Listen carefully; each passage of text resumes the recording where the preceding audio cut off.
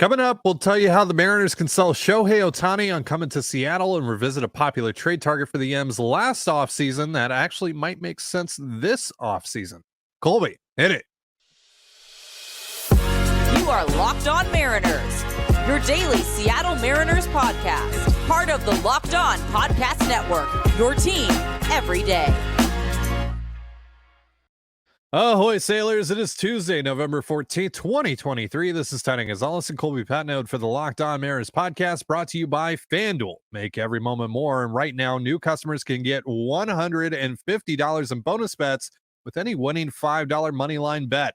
That's $150 if your team wins. Visit FanDuel.com/locked-on. That's LOCKEDON to get yourself started.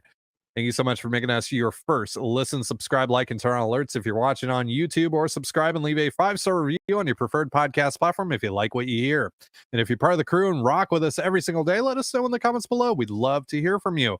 And if you want to hear from us even more, please consider signing up for our Patreon. You can now get a free 7-day trial to check out the show.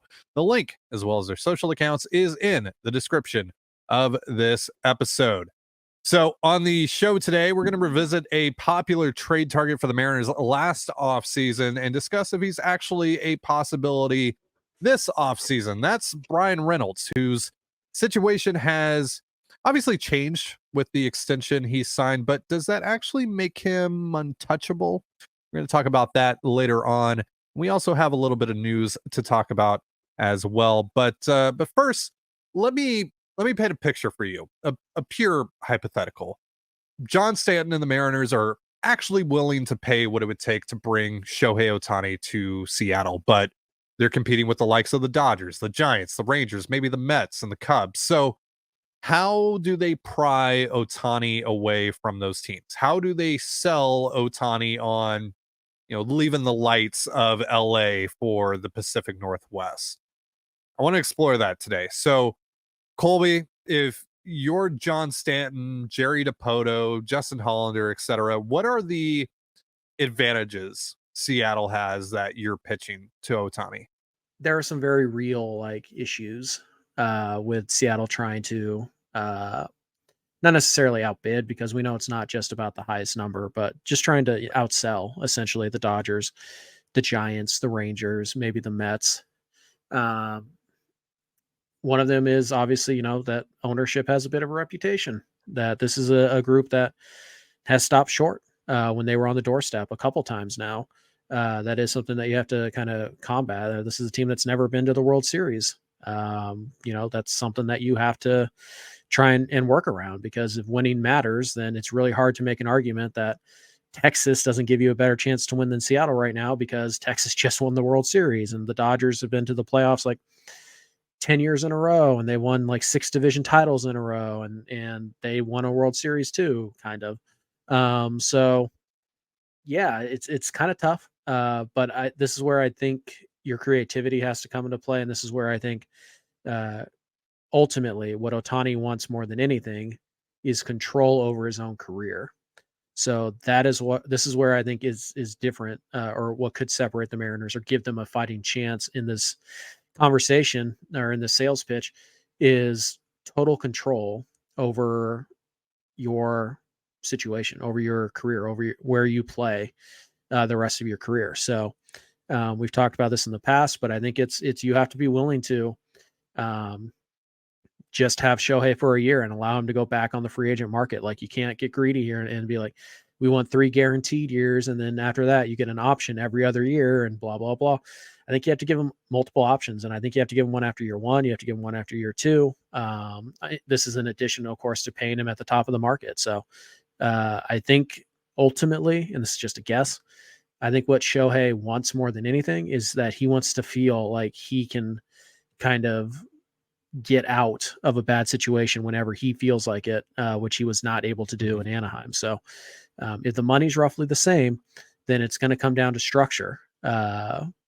So I think for me, it's what do we need to give you to feel comfortable coming to Seattle? Is it yearly opt-outs? Is it, is it bi-yearly opt-outs? Is it what is it? what is the secret sauce here? Because we'll pay the same AAV as the Dodgers, which seems unlikely, but in theory they could. We'll pay the same AAV as the Giants, as the Rangers. So how can our structure beat what those teams are offering? Because, you know, in all seriousness, like, you're a better roster than the Giants. That's not really up for debate. I think it's debatable whether or not you're better than the Rangers. And by the way, Shohei, if you come sign with us, I don't think that's debatable anymore. I think we're definitely better than the Rangers.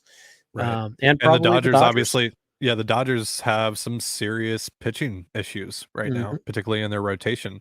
You know, and if you're the Mariners, you can sell Ohtani on, even without you in the rotation. We have arguably the best rotation in baseball, if not, top 3, top 5. So, and then, with you in 2025 and beyond, like, we are definitively the best rotation in baseball. So, that's kind of your sales pitch on that front. But yeah, like you said, in terms of just strictly the negotiations, structure matters way more than money. Like I've talked about in the past, They both matter, but sure. I mean, he knows he's going to get broken off, though. He knows wherever he goes, he's going to get paid. He's going to get paid like probably the most insane contract we have ever seen in Major League Baseball history, just because of who he is and what he's able to do and the uniqueness of Shohei Ohtani and the aura of Shohei Ohtani, and also what that brings to your franchise. And obviously Ohtani and his agent know that, what financial benefits there are of having Shohei Ohtani on your team, with the advertising, the TV deals in Japan, all that stuff. But the way that money could play a factor here is if a team, and in this case the Mariners, actually make a financial commitment to him as a pitcher, to Ohtani the pitcher, some form of financial commitment. Because we've talked about, obviously, with the elbow issue and the fact that, look, over the duration of the contract, whatever contract he winds up signing, any team that's negotiating with him probably thinks that at a certain point he's going to have to stop doing both, that he's going to have to pick pitching or hitting towards the end of that contract. So it's going to be incentive based. It's going to be very incentive heavy with innings pitched, all that stuff. But, and maybe this doesn't matter, but if money is going to actually play a factor, because again, he's going to get paid no matter what. If money is going to actually play a real factor into the negotiations and play a factor into his actual decision, it might be if a team actually goes, we believe in you as a pitcher. We believe that you're going to pitch for at least X amount of years. And they pitch in, $15-20 million guaranteed on a per year basis, plus incentives based off of innings pitched, rather than just strictly incentives, which the Dodgers might get away with that. But they might get away with just incentives for the pitching, really no guaranteed money on the pitching front from 2025 onward. But if you're a team like the Mariners that has to overcome the Dodgers, that has to overcome the Giants, that has to overcome the Rangers in these negotiations, you might actually have to take a risk and just fork over those dollars. Yeah, it's pretty big risk though. So yeah. It's a difficult dance that you kind of have to maneuver here. I think it was Will Carroll, who I believe is at, I don't think it's called Roto World anymore, but I think I read something this morning that said that there was a team out there in the Ohtani talks who essentially wanted to give him 2 contracts, one as an offensive player and then one as a pitcher. Right. And the offensive contract would pay him just under what Aaron Judge got last year. And then the pitching deal, while it would technically be one contract, it's essentially 2 different contracts in one. And it would pay him. So it's like $35 million as a hitter and then $20 million as a pitcher or whatever. And that's kind of what it looks like. At least one team is willing to do. And that's what you're describing. And it's easy to say, like, that sounds like Seattle, but it could just as easily be the Giants. It could just as easily be the Dodgers or the Rangers or the Mets. So you're kind of in a tough spot, right? Yeah. I mean, like, it just, anything that makes sense for the Mariners to do makes sense for every other team in baseball to do. So you just have to be willing to do it. I think most teams are going to be willing to do that kind of that structured deal. And that's why I think you have to go to the extreme of like, you want an opt out after every single year? Fine. Then have it. You can have an opt out. You could pick whenever you want to be a free agent. Yeah. And I think that's pretty much your best shot. And you hope that no other team's willing to go that far. And also, we're kind of assuming that Ohtani wants like a long-term deal. Maybe he just wants a 1-year deal, Maybe. just sign for $40 million this year. And then go back out on the market next year when you are going to be able to sell yourself as a pitcher and a hitter. And you can, kind of test a place out, maybe it's Seattle, maybe it's Chicago, maybe it's Atlanta or whatever. And you just, I'll just go DH there for a year, see if I like it. And if I do, then maybe I'm open to a long-term thing. If not, I'm back on the market and I'm still going to make my, $550-600 million. So, but we're just making a lot of assumptions on what Ohtani wants.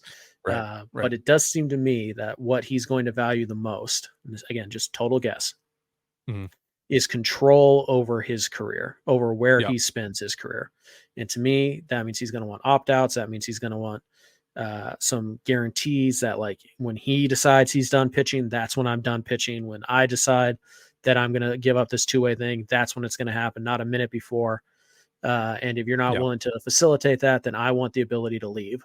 And so it's that. It's, obviously the no trade clause, full no trade clause, and all that stuff, so that he has total control over where he spends every single year of his career. And I think that's how you kind of, put yourself near the top of the list. I think that's really your only sales pitch that you can conceivably give that would, entice him to pick you over Texas, Los Angeles, San Francisco. Yeah, because while selling him on the roster and the area and all that stuff is great, and that's obviously part of the pitch. It's part of it. And selling him on here's Julio and Ichiro's here and all that stuff. That's great and all that, but ultimately it comes down to structure and it comes down to the dollars and mostly structure. And I think the way that the most feasible way in my mind that you can sell Ohtani on actually signing with your ball club in Seattle is by giving him opt-outs after pretty much every single year and providing him with a financial belief in him as a pitcher. And again, that's probably going to be some hefty guarantees. I'm talking 10, 15, maybe $20 million guaranteed on a per year basis from at least 2025 to like 2027, at least. So it's a major risk, but if you want to get a player like this and you want to overcome a team like the Dodgers, it's probably what you have to do. And that's probably just the reality of the situation. And even then, that might not be enough. Who knows? But that's essentially what our sales pitch would be to Shohei Ohtani to get him to Seattle. Now, let's switch gears here. Let's talk about another player that we spent a lot of time talking about last offseason. That's Bryan Reynolds. Could he still be a possibility for the Mariners this offseason?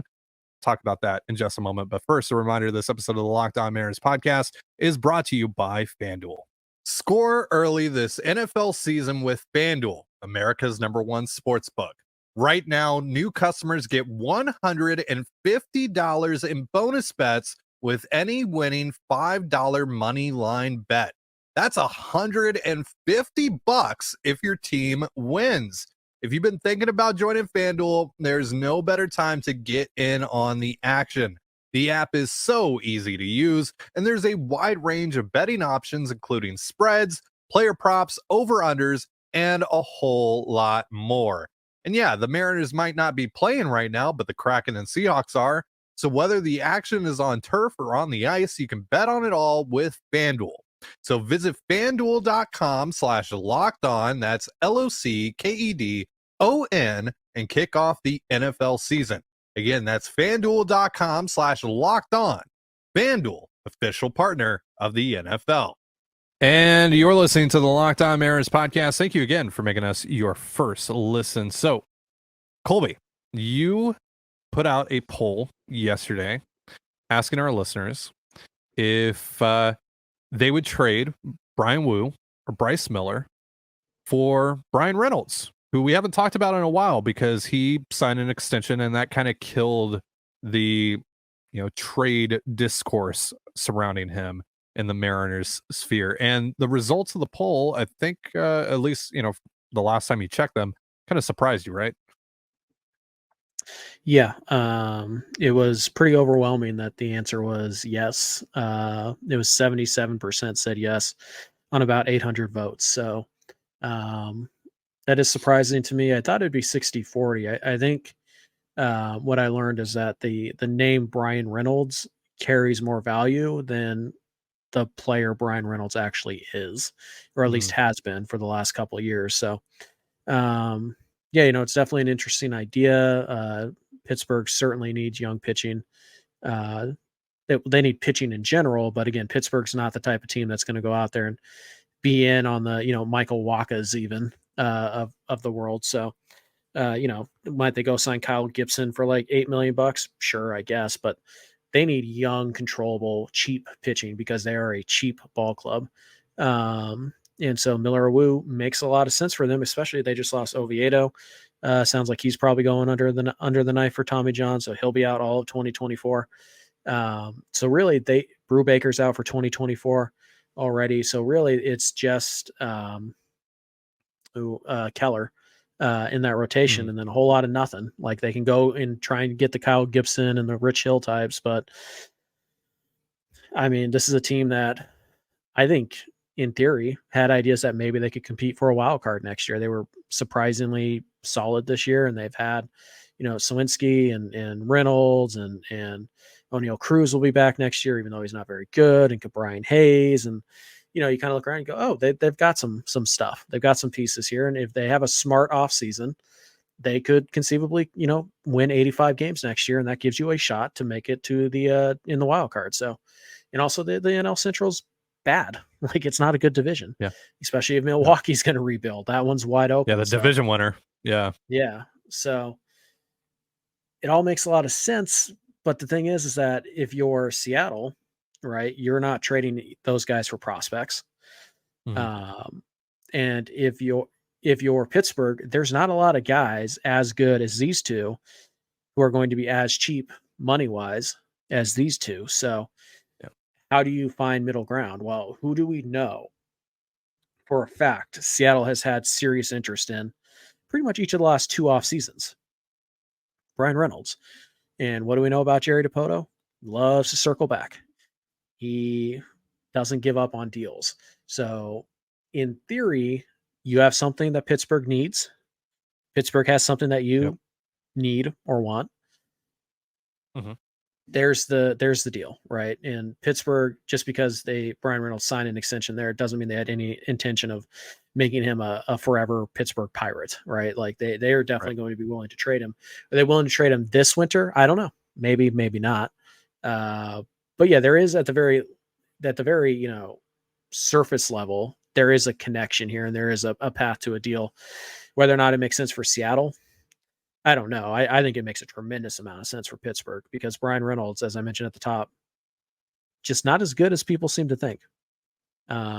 He's been a 3-win player last year, 2.5. Like he's just been kind of solid. I mean, he's been fine. He's been good, but he's Ian Happ. He's not, he's basically Ian Happ. He's not a star. So yeah, it's really starting to look like the 2021 season is just an outlier for him, and he's more of a 2 to 4 win player, which I know is a very large gap, but that's kind of in the range that he's been. 3.5 in 2019, 2.8 in 2022, 2.3 this past year.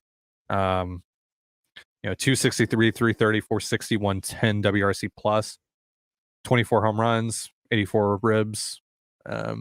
He doesn't particularly grade out well defensively. Bad defender in full-time left fielder this year. So he doesn't have the excuse of like, oh, well, he's a center. They're forcing him to play center, but he's really a left fielder. Nope. He doesn't have that. And so, you kind of look at that. He's making more money than somebody like Randy Arozarena. The bat on Randy seems to have a higher floor than the bat on Reynolds. So I don't know if I would trade Miller or Wu. And if you're not trading one of those guys, you're probably not getting Reynolds because you're not. It's probably not worth it to the the Pirates probably don't feel that it's worth it at that point. So I mean, maybe if you're throwing Jared Kelenic and Emerson Hancock and a decent prospect at him, but there's not a smooth deal here. I mean, obviously, if Pittsburgh adds like David Bednar or something like that, then maybe you're interested in trading a Wu or a Miller. And there are some Right. complementary pieces that Pittsburgh has. I just wrote about a rookie third baseman, not Brian Hayes, who is really interesting. Fit for Seattle and good insurance for Gino. Great defender at third base. He actually hit a little bit in his debut. Not a lot of pop. I think it's Jason Chirillo is how you pronounce it. Just solid 25-year-old AAA depth. There are some pieces in Pittsburgh that can make this deal work as a whole, but in a vacuum, I think trading Reynolds for like Miller, I think that makes a lot more sense for Pittsburgh than it does Seattle. Sotosports.substack.com, by the way, if you want to read what Colby is talking about there. So yeah, Reynolds signed an 8-year, $106.7 million dollar extension earlier this year. He's club controlled through 2031. That's a $20 million club option in 2031. So it's definitely not prohibitive money wise, even for the fact that he is regressing and has been regressing in each of the last 2 years, going from a 6-win player to a 2.8-win player in 2022 and then 2.3 this year. He's still a good player. Like, I would still consider Bryan Reynolds to be a good player, but I don't think I would trade Miller or Wu for him. I really don't. I don't think he's worth that. I think that's probably what it would take to get him from the Pirates, like you said. I don't think he's worth that. So that's probably a long-winded way of saying that I'm out at that point. But if they do find a way here, if they do find a path, then great. I think there is definitely a package that the Mariners can put together that is fair valuation for Bryan Reynolds in a vacuum, but I don't think it's something that the Pirates would actually accept. It's kind of a similar discussion to like what we've talked about with Gino, right? Where it's like, yeah, there's fair valuation that a team can put together for Gino, but because of all these other external factors, it doesn't make sense for the Mariners. Same thing with the Pirates and Bryan Reynolds. So if it's Hancock and Kelnick, like maybe you're interested at that point, but even then, for me, it's not hard for me to imagine Kelnick having a better year than Bryan Reynolds next year. So. Yeah, I mean, if Kelnick plays a full season, he might not have been that far off from him in 2023.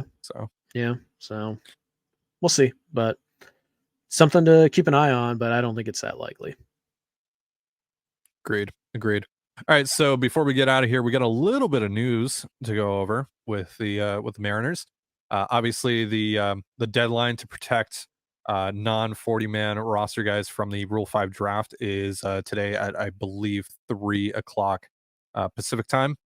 And the Mariners have made a move to protect Zach DeLoach from the Rule 5 draft. That's a little bit of a surprise. And an even bigger surprise is that they DFA'd Mike Ford to make room for DeLoach on the 40-man roster. So I did think that he was going to be either DFA'd or traded at some point this offseason. Just a little surprised that it happened this early. Why do you think it happened this early, Colby? Why not? Obviously, I mean, you still have like guys like Ryan Jensen and all that. Obviously, it means that they're signing Shohei Ohtani this afternoon, and they needed to clear out the DH spot. That's what I'm reading on Twitter. Right. That's how it works. That's how roster building works. That's totally how it works. Yeah. So, particularly on November 14th. Sure.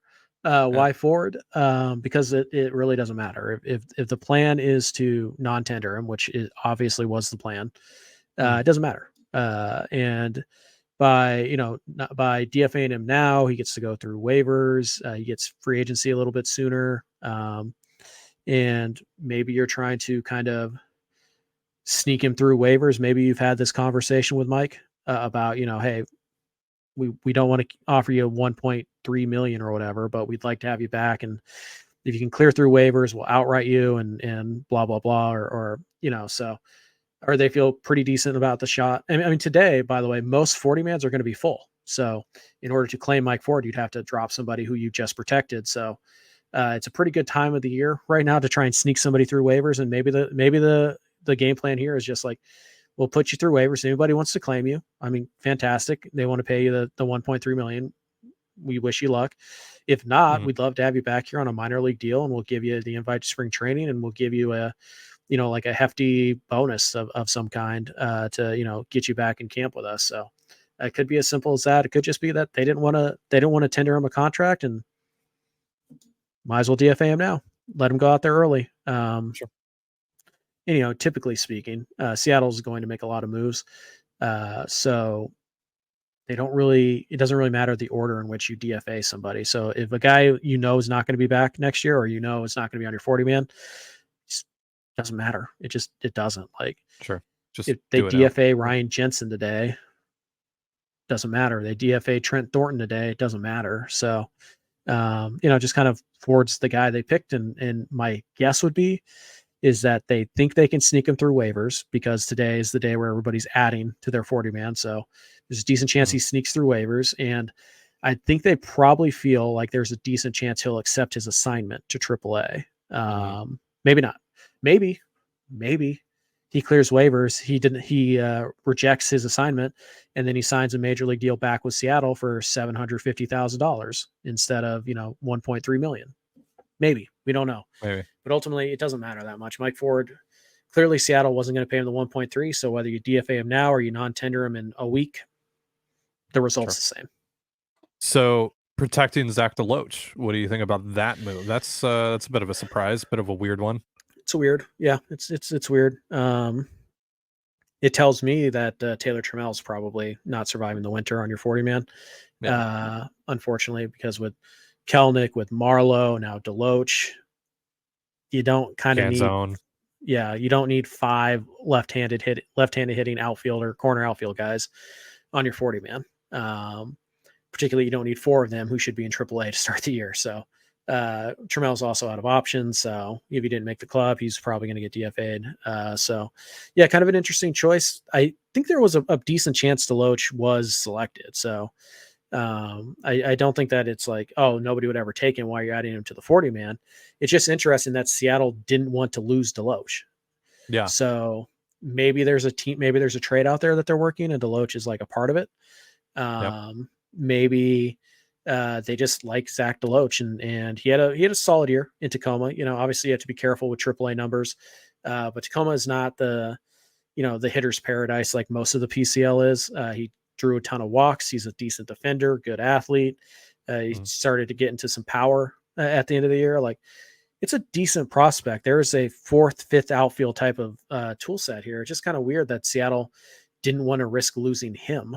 And like I said, in particular, like you mentioned, when they have Kelnick, Trammell, Marlowe, Canzone already on their 40 man. So that tells me that that he has leaped.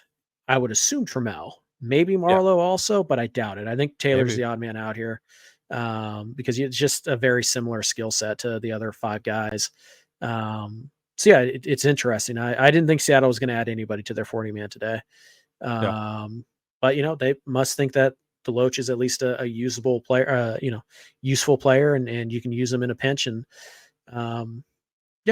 obviously we know they like him. They took him in the 2nd round. And it could just be that, they're finally seeing the player they thought they saw when they took him the 2nd, and they want to give him one more year. But yeah, I mean, also worth noting, this doesn't mean Zach DeLoach is going to, survive the winter on the 40 man either. So a lot of the time these type of moves are just window dressing, and they get come and go really quick and all that. But yeah, I did think it was interesting that, DeLoach was added. I wasn't expecting that. And I think, unfortunately, it probably means the end for Taylor in Seattle, which real bummer because, Trammell's, one of my favorite dudes in the org. He just seems like a great guy. Just didn't really hit here. And maybe you can find a trade for him. Maybe he could be part of something, a trade, or like I said, maybe we're all wrong. And it's just, we're about ready to trade DeLoach, in a couple days. And we just wanted to make sure that we had him. So, right. I guess we'll see. All right, so that's going to do it for our show. Question of the day for you guys down in the comments below. What's the best Marvel movie? MCU. We'll just keep it to MCU. Nothing before the MCU. What's the best MCU movie? Is it still which one was yours, Colby? I can't remember which one was your number one the last time we ranked them. It generally rotates between like 3. Like Yeah. it just kind of depends on what I've seen most recently and all that stuff. I'm pretty sure it was Infinity War. But it might have been Endgame is usually up there. It's usually one of those two. And then No Way Home is probably up there now. But yeah. Can we put Loki as number 1? It is a title. It's not a movie. But it's I would say it's probably Infinity War right now. It might have been Captain America Winter Soldier though. Love that one as well. Winter Soldier is great. First Captain America is really underrated too. It really is like solid. That movie. It's solid. Yeah, really like that movie. Still Thor Ragnarok for me. That's good too. Which again makes Thor Love and Thunder all the more disappointing. Is it possible Thor's only good with Loki? Maybe he also needs Bruce Banner there too. Maybe but whatever. Yeah, let us know. Yeah.